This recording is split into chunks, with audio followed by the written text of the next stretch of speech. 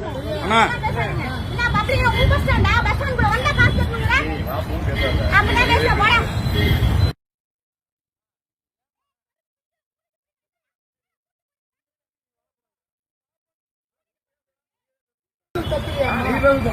அம்மா என்னன்னு சொல்லுங்கம்மா. என்ன நடந்ததுன்னு சொல்லுங்க. இங்க வந்து இது பஸ் ஸ்டாண்ட் போட்டுருக்காங்களாம். அதாவது சக்கரை இரு சக்கரைங்க அல்லது கொடுங்க கொடுங்க ஏன் பயப்படுறீங்க? கொடுங்க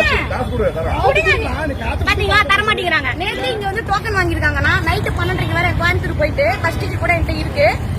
வண்டி பட்டுக்கு தனியா இருக்கு. என்ன சொல்லுங்க? இருசக்கரை வாங்கணும்னா ஒண்ணு போர்டு வச்சிருக்கணும், இல்ல இவங்க யாராவது நிக்கணும். யாருமே இல்ல. இப்ப சொல்றேன் அந்த என்ன லூஸ் வாங்குறான் இப்பதான் ஒரு லேடிஸ் கிட்ட பிகேவ் பண்ணுவாங்களா? உள்ள பஸ் ஸ்டாண்ட்ல வந்தாலே காசுங்கிறாங்க. பஸ் ஸ்டாண்ட் இவங்களோடதா, இது கவர்மெண்டோடது. இவங்களுக்கு என்ன ரைட்ஸ் இருக்கு சொல்லுங்க? நான் கேக்குறேன். அதனால அப்படி பேசுறேன். விட்டா அடிச்சிருன்னு கேனீங்க கூட்டிட்டு இவ்வளவு பேர் பப்ளிக் இருக்கும். இது யாரோட இடம்? இவங்க நேத்து இவங்களோட இடம். இவங்க நேத்து ரெஜிஸ்டர் பண்ணிருக்காங்க. இங்க போர்டு இருக்கா? போர்டு இருக்கா? சொல்லுங்க போர்டு இருக்கா?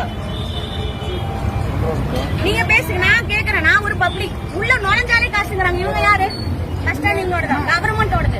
அது கொடுங்க. ஏன் கொடுக்க மாட்டேங்கிறீங்க? நீங்க பர்மிஷன் வாங்கிட்டீங்கல்ல?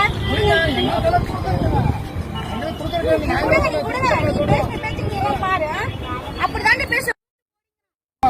ஒரு கேர்ள்ஸ் கிட்ட இப்படிதான் பேசுவாங்களா? நீங்க பேசாதீங்க. நான் லூசா நீங்கறான்.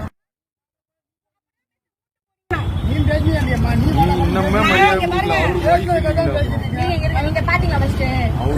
நீங்க பாத்தீங்களா? வந்தோடனே என்ன பஸ்ஸுக்குள்ள வந்தானே காசு கொடுக்கணும். என்ன இப்படி ஏறிட்டு வராங்க? இப்படிதான் வருவாங்களா?